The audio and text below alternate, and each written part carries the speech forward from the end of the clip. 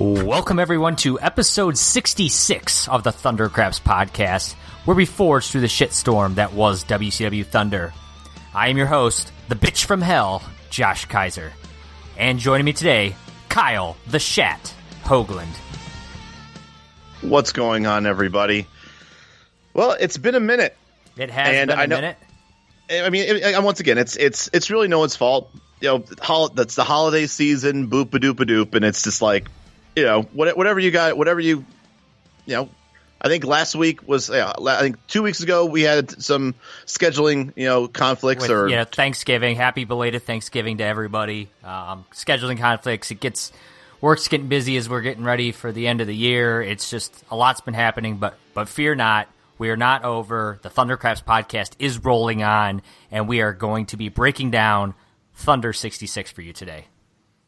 Thank God. Put down your pitchforks and your torches. We know you guys are hungry for the after Thanksgiving leftovers. That is a bunch of jabronis talking about a show that happened 10 years ago. So let's just get started. 20 years ago. 20 years ago, of course, June 10th, 1999. We are live from Syracuse, New York. Mike Tenay, Larry Zbyszko pumping us up for what is the live go-home edition for Great American Bash 1999. Larry Zbyszko is going to get his fake Larry chants.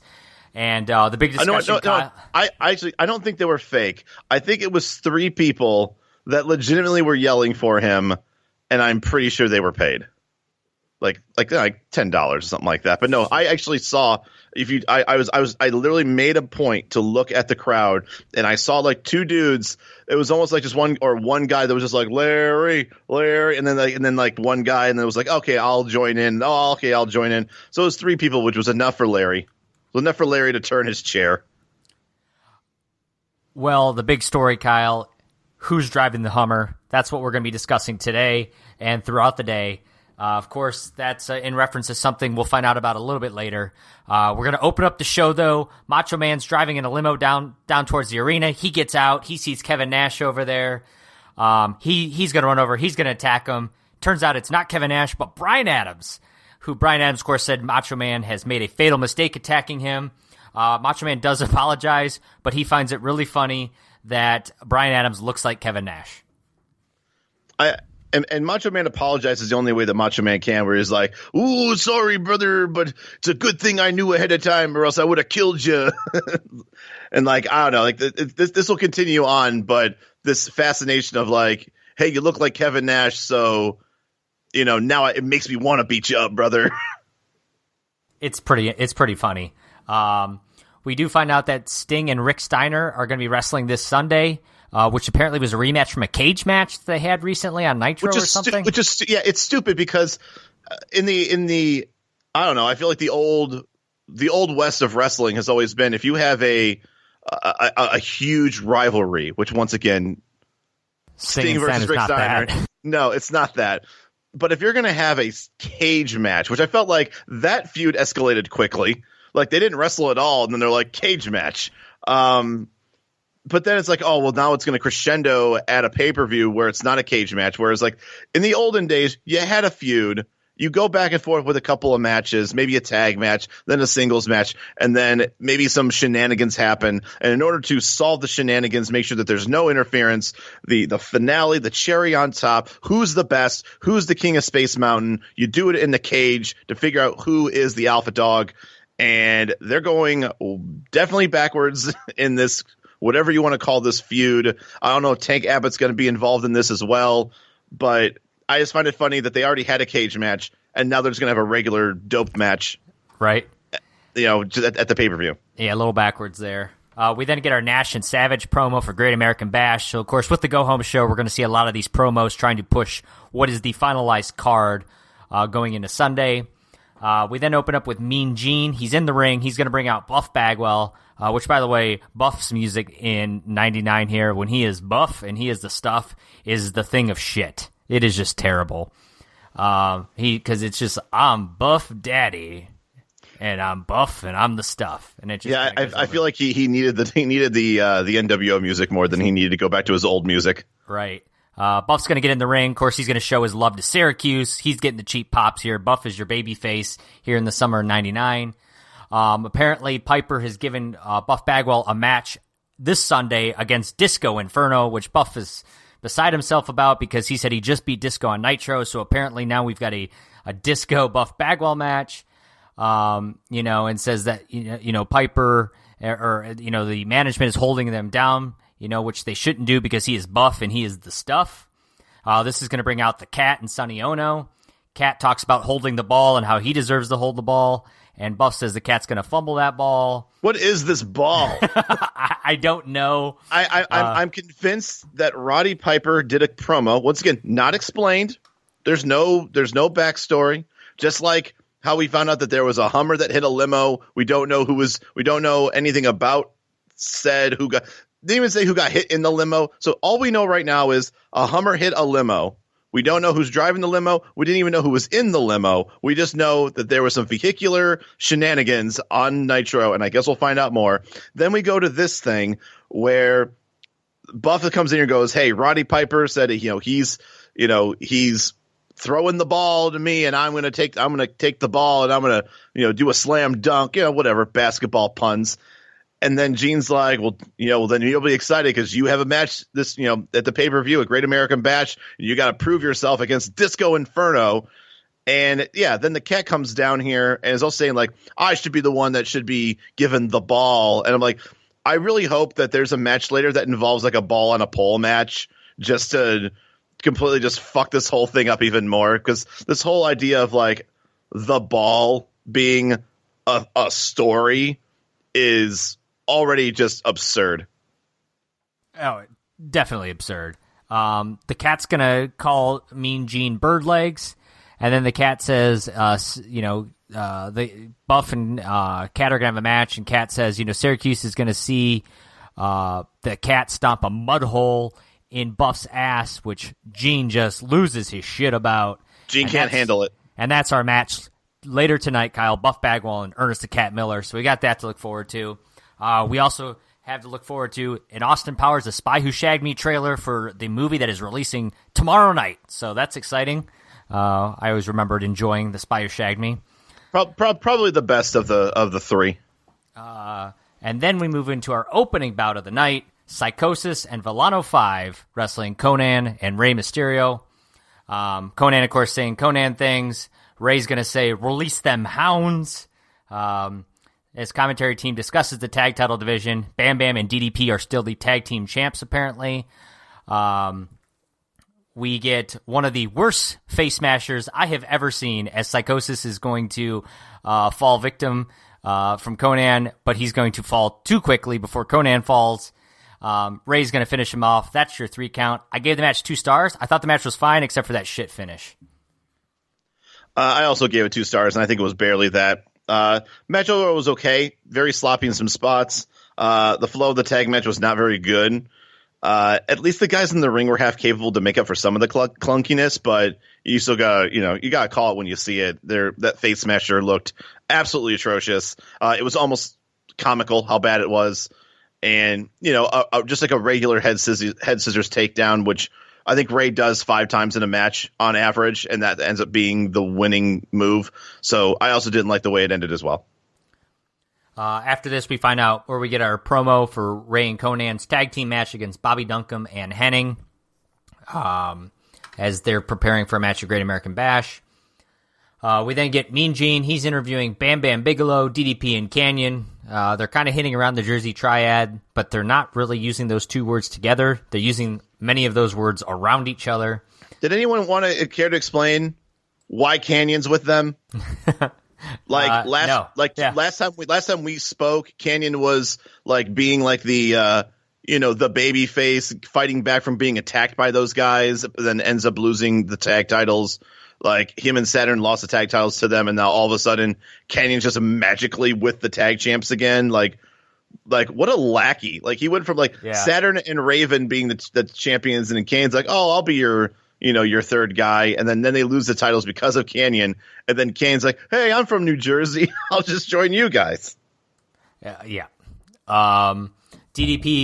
is gonna call Syracuse a dump. Gene wants to know why Bam Bam's not here.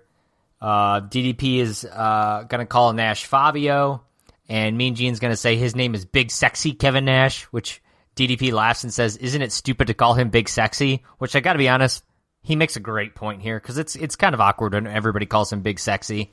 Yeah, I feel like grown men, especially at Mean Gene's advanced age, calling Kevin Nash Big Sexy, it's a bit off-putting. Yeah, yes, it is.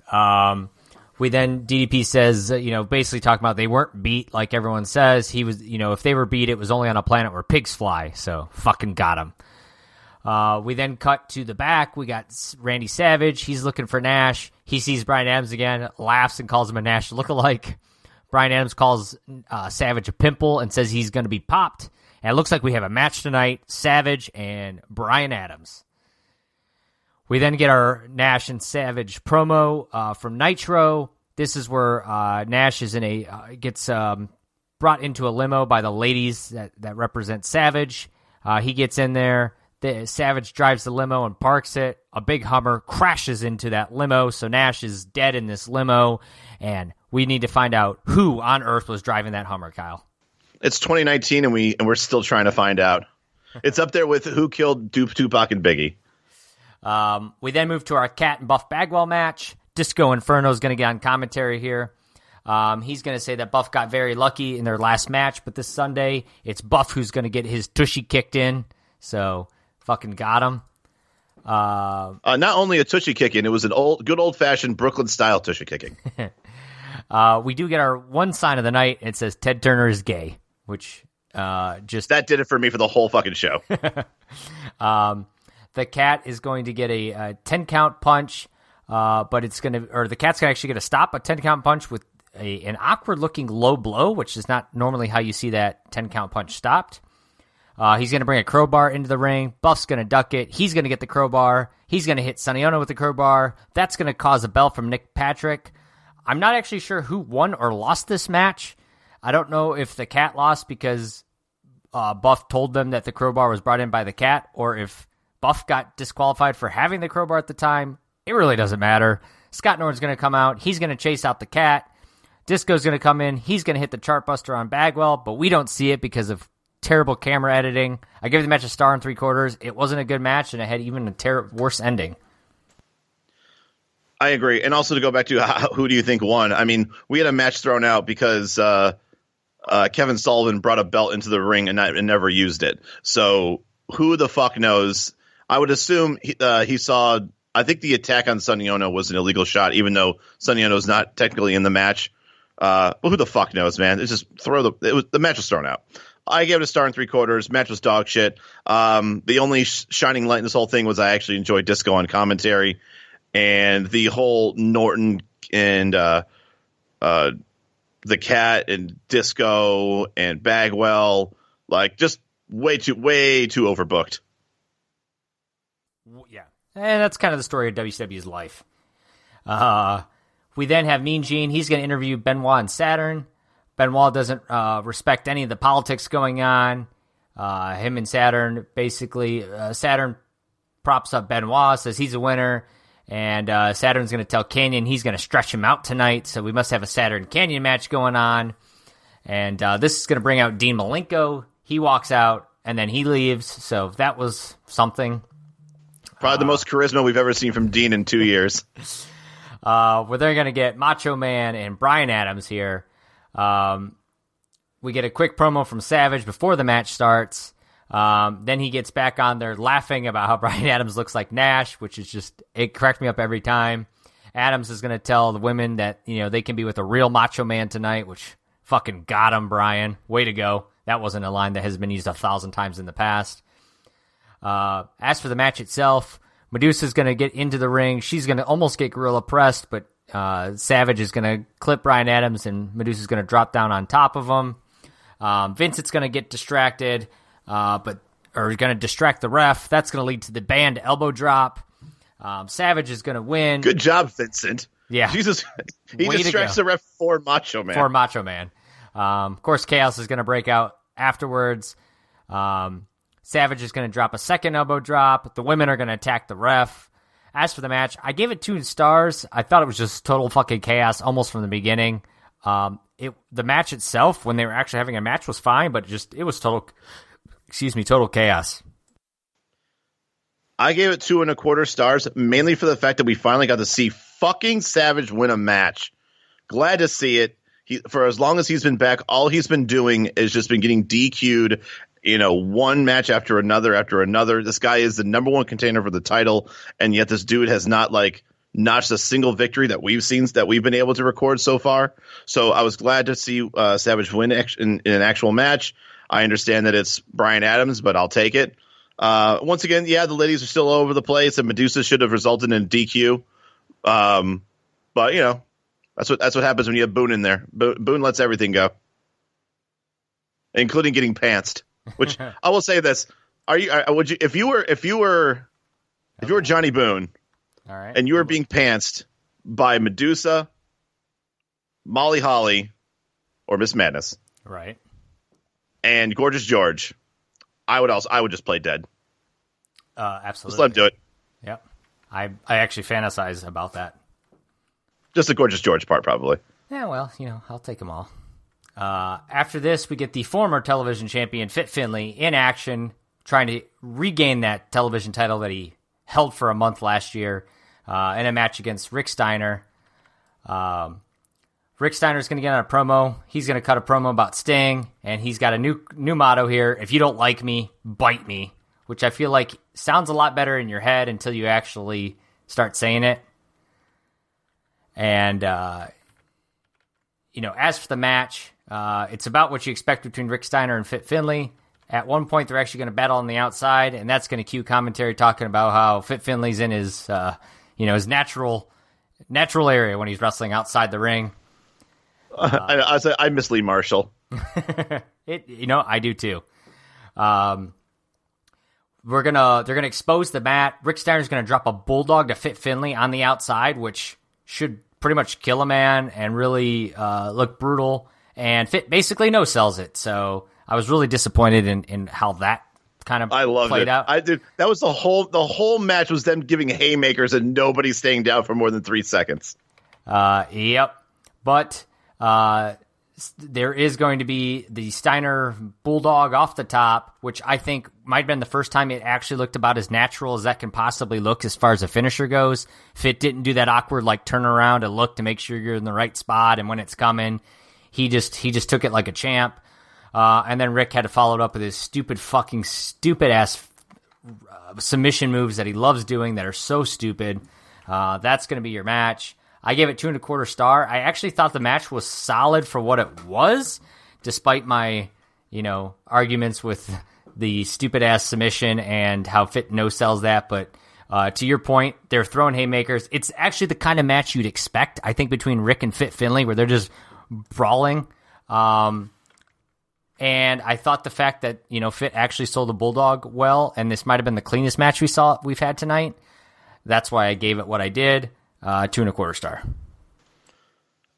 I get where you came from this, but I don't know. I guess it's kind of just like the feeling of the match when you got done with it. I gave it 1.75 stars.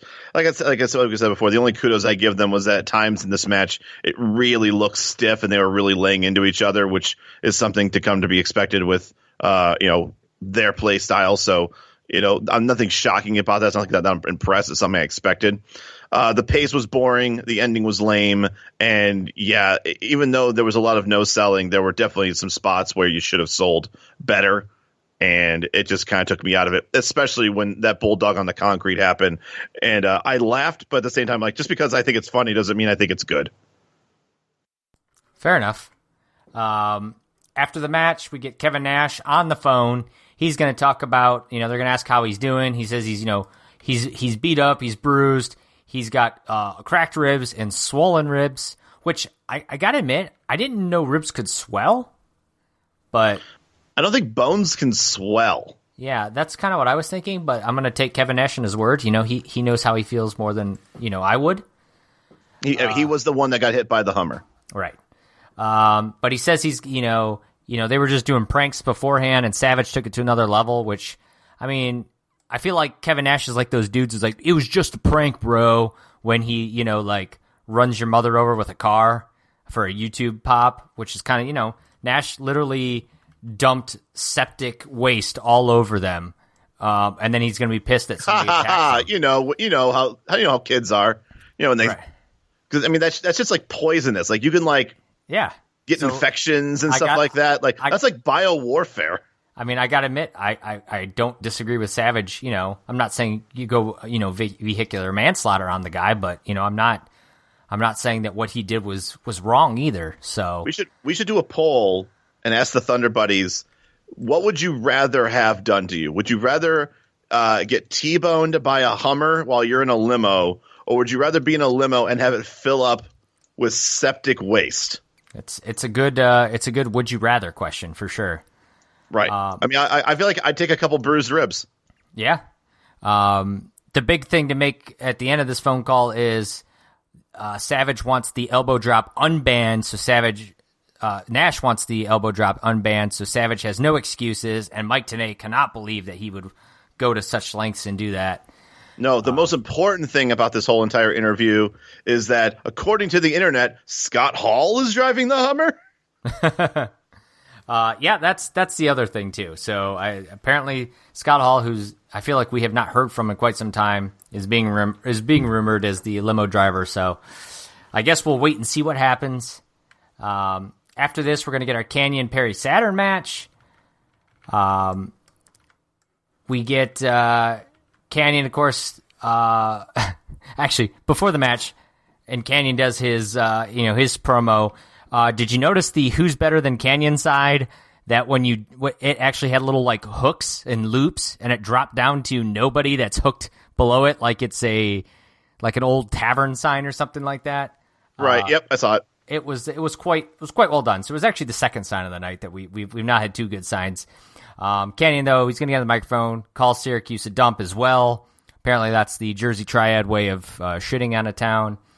The match immediately, Canyon and Perry Saturn kind of battle to the entrance. Saturn's going to throw a suplex to Canyon up near the entrance. They're going to fight around the set. Eventually, they're going to get back into the ring. Saturn's going to do a 10-count punch to Canyon in the corner, and Canyon's going to have to look at his rock-hard cock. Is it just me, or did you not see that Saturn was fully What is 12? with you? What is wrong with you, dude? All right, seriously, this is I'm no joke. This is like the fourth time that the thing that you take away from a match sometimes is the erection of a wrestler. All right, dude. It's two dudes right there that in his face. Dude, I'm just saying, man. It's the adrenaline is pumping. Like, maybe he accidentally Saturn rubbed his cock the wrong way on the mat and just caused some sensations. Like, dude, I mean, between I think it's Gold Dust. Gold Dust. One of the Wyndhams. You could see the tip. What was that unknown Wyndham or not Wyndham? Yeah. What's like the shit? Kendall Wyndham's dick, Gold Dust's dick, and now we're talking about now Saturn's dick. Like, I don't know, dude. Look, let's just for say the record, we saw the rings of I Saturn. did not notice that. Okay. Well, a boring chant breaks out from the crowd because apparently they were not nearly as excited as Perry was.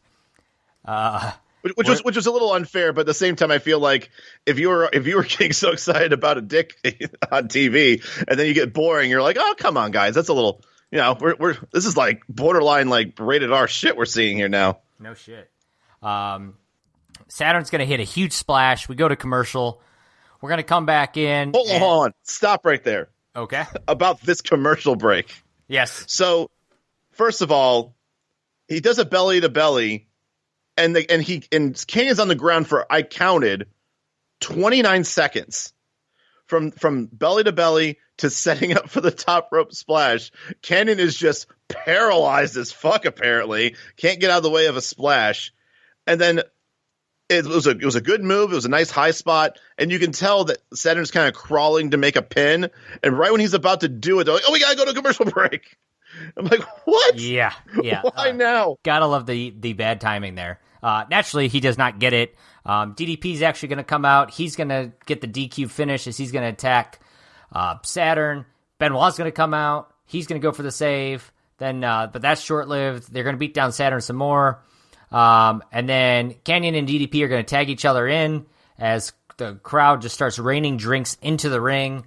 And I thought the match was a DQ finish, but it turns out the commentary team lets us know that it's now a tag match. So we've got Benoit and Saturn versus Canyon and DDP. Canyon is actually going to take a bottle of water that was thrown into the ring. He's going to drink it before he tosses it back into the crowd. And then we find out the tag titles are on the line. So Randy Anderson not only allowed this DQ finish, he turned it into a tag match and then put the titles on the line. So how about that?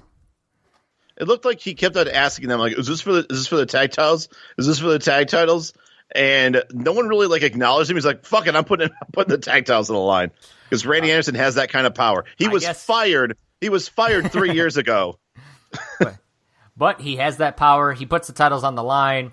Benoit's going to get a hot tag. He's going to clear house. Dean Malenko's going to come out, but Arn Anderson's going to show up. And Dean's going to walk stoically around. Him and Arn are kind of like do their thing on the outside. We then get Benoit doing a diving headbutt. He's your winner. Him and Saturn are new tag team champions. So just like that, we had what should have been a DQ finish for Saturn versus Canyon, turning into Benoit and Saturn are your tag team champs. I gave the match 2.25 stars. I thought it was a fucking clusterfuck all over the place. I thought the wrestling itself, when there was actually wrestling, was good. I mean, you've got Saturn, DDP, Benoit, and Canyon in there, so the wrestling should be good. But it was still a shit show, and I'm not convinced they're actually tag team champions, but I guess they are. Yeah, it's hard to tell, only because I think they already had an angle where they did win the tag titles, but then Ric Flair reversed it and said that technically Saturn wasn't a legal participant in the tag match. So, because I think it was Benoit and Malenko, and then something happened with Malenko, and then Saturn subbed in, which is why I think that's the whole angle with Malenko kind of hanging around. And they won. Saturn and Benoit won the match for the titles, but then Flair said, hey, this wasn't, it was supposed to be Benoit and Malenko, not Benoit and Saturn. So he reversed the decision. I actually didn't even rate the tag match. I actually rated originally what we were supposed to get, which was Canyon, Perry, Saturn, which I gave 2.5. Right. I get what they were doing, and I respect it to a degree. Pace was slow, very methodical. But for the most part, it was flawless. Like there was no screw ups. They kind of did what they were supposed to do. They were telling a decent story in the ring. But there was just too much spacing and grounding for the crowd to stay engaged. Like you said, there were some boring chants going on, which I felt was a shame. But at the same time, I can get it from a live audience. What they were kind of watching was hard. Yeah, it was. God damn it! It can happen when you move too much of the match. You go from the ring to the ramp, to the set, back to the aisleway. It's hard. It's hard to follow along when not everything is kind of set in the middle of the ring.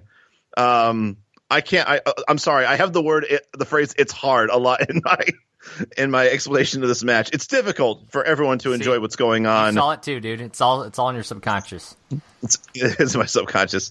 I do think these two could have upped the pace a little bit. And the DQ was dumb, as it wasn't really.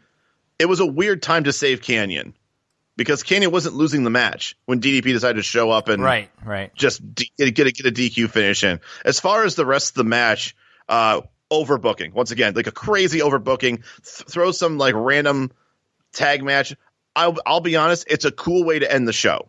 It's a nice, feel good way to end the show, especially for a go home show.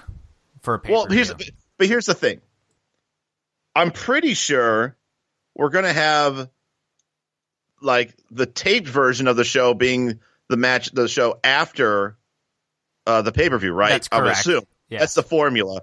Yep. So that would mean it'd be just so funny that, let's just say that because they're still supposed to have a match at the pay-per-view, right? It's still supposed to be Bam Bam and DDP versus Saturn and Benoit for the tag titles. That's still supposed to be a thing. Right.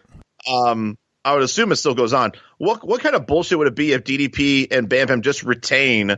So now we're going to go to Thunder the next week with everybody cheering that the end of the show was Saturn and Benoit winning the tag titles, when in actuality, according to chronological order, they're no longer the tag champs again at the same tape show in Syracuse.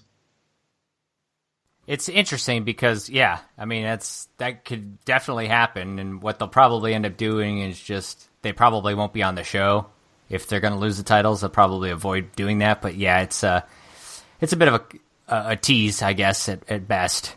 But that was the main event, and I'd say that was our show, but it wasn't quite our show, Kyle, as we're going to go ahead and end on the Chimp Channel advertisement. If you've forgotten the Chimp Channel, you're not alone, because fuck knows I forgot about it. This advertisement is for a show where they have chimps on the show and they must do different things. And the advertisement here is Larry Zbyszko and Mike Tenay, both as chimps, talking and jumping around and acting like chimps. And Tenay is jumping up, or the Tenay chip is jumping up and down on the commentary table. Yeah. The fucking Chimp Channel. I mean, I've seen this. I remember this a couple times where they would do like spoofs of like Scream. I remember they did one with Scream. They did one with I think they did one for Titanic. It was just, once again, they're just spoofing movies or like TV shows with chimps. And so they decided to actually show one that we got to see because it was Thunder. We never got to see any other ones on the WWE Network because they were doing spoofs of, I guess, other properties that maybe WWE Network wasn't allowed to show or just didn't feel like showing. But since this was a Thunder Chimp Channel one, they're like, yeah, sure, we'll show this one because it's at least, Zbyszko and Tenay, they are technically licensed talent from WCW, aka WWE. I gave a quick wiki on this. It lasted one season and made it 13 episodes. So good for them. 13, that's not bad. Yeah, the final episode being the Briar Witch Project. So I get it. Yeah. So that said, that was actually the end of Thunder. That was our show. What did you think about this week's Thunder, Kyle? Overall, like I said before, a good way to end Thunder. Though, very interesting to change the titles on the show before the pay-per-view, where they're going to fight again anyways. That's a weird formula to have any kind of title change hands on the B show before the pay-per-view when it's like, let's say you don't watch Thunder. Let's say like you get all your shit from Nitro, which is totally understandable, I think, in Absolutely. 1999. So you go and you're going to watch this pay-per-view and go, wait, why the hell are Saturn and Benoit the tag champs? What I think would be more interesting is if they actually don't even go in there with the tag titles. If you noticed, only Kanyon had a tag title because Bam Bam wasn't there. So he was holding DDP's title for DDP. And so when they won the tag title, Saturn and Benoit, that is, they're both like holding up one title together, like they just won a singles title. So I'm actually very curious. I might actually watch Great American Bash, if for anything, just the continuity of this particular shit show of a storyline. Of like, is anybody holding a title? Are DDP and Bam Bam holding the titles just because probably the majority of the people watching WCW probably assumed that they were the champs going into this show? Are they going to be 100% accurate and have just like Benoit holding a single title and Bam Bam holding the other one because like, hey, I wasn't there. That'd be interesting. That's something that I would love to see how the continuity goes from Nitro to Thunder to the pay-per-view, then going into the next Nitro. So that's actually kind of interesting to me. I have a feeling that DDP and Kanyon are just going to win them back, but I don't remember if it's DDP and Kanyon or if it's DDP and Bam Bam. I think it's DDP and Bam Bam. But it's a Jersey Triad, so once again I think it's like Freebirds rules. I think they just kind of take turns of what it is, bada bing, bada bam, bada bang, or whatever the fuck they say. Yep. But it makes for decent television. I'll say that the storyline has gotten me intrigued enough to be like, you know what? I wonder how this actually goes down at the pay-per-view, which is not something you can say much about 1999 WCW, let alone something that's actually that's going down on Thunder. So points there for that. I am not a fan of Rey Mysterio right now. He is turning slowly into a smaller Conan, and I hope this is not something that gets worse, where he just becomes like more of like a rapper thuggish, whatever the fuck he's doing. I got bad news for you. I have a feeling. Don't they do like the no limit animals? The no limit soldiers is coming. Oh yeah, that's right. When does Master P start showing up? I know that happens pretty soon too. Sunday. Oh God. Okay, well, got that to look forward to. I felt the show got better in the last 30 minutes, which is good because the show before it was borderline unwatchable. And even the last 30 minutes was close to a snail's pace, but once again, I think the story was being told well. My big complaint about this show is something that I don't really complain too much about Thunder. It's something that happens a lot on Nitro because I feel like everybody's on the show and it's like everybody's got to have their TV time. Everyone's got to have a run-in. Everyone's got to have a package promo. Everyone's got to, just get their hands in something on Nitro. Thunder, you don't see it too much, but now it's starting to bleed into Thunder, and that's the overbooking of the show. From the Cat and Bagwell sparring, and then involving Disco and Norton, the normal excessiveness that is a Macho Man match in 1999, where it involves all the ladies, like 99% of the time it goes into a DQ, and then more bullshit at the end. It even showed up in the main event, where we all of a sudden just got this patched together last minute. Apparently Randy Anderson has the power, tag title match after a DQ finish of what we thought was the main event, which didn't have pyro. So I didn't even know if that was even the main event. So everything didn't have the same formula of a Thunder that I'm used to seeing. So it was just, I was interested only because I've now seen 65 episodes of Thunder, and the one thing that I think I always could rely on, as boring or as uninteresting as it may be, is that it's a decently formulaic show. And this particular episode was none of that. But in the end, I was glad that the good guys won in the end. It had a good feel-good ending to the show, because I would probably had more to shit on the show about if that's not what would have happened. Because the whole idea of the tag titles changing hands kind of saved the show, to be honest. I mean, that's fair. I thought the show, wasn't terrible. I give it credit for a lot of shit happening. I know it's sometimes, to your point, it's not what we normally expect from Thunder, but it was. I give them credit for doing something and for the title changing hands and making things interesting. To me, the go home show for a pay-per-view should make me, like, if I was on the edge and on that fence. Do I order Great American Bash or not? Did this do something to make me say, hey, now I got to tune in? And I think it did. It's like, oh shit, the tag titles changed. Benoit and Saturn, tag champs. Are they really tag champs? Did this actually happen? Did it not? Are the titles on the line? Are they getting switched again for Sunday? I got to turn into Great American Bash and find out. So for that, I think it was a successful go home show, and that's all you can ask for in '99 when it comes to a Thunder. So then here's the other thing, though. With all of that just happened, there was two things I wanted to ask you. A, who's the U.S. champ? Does anyone give a shit?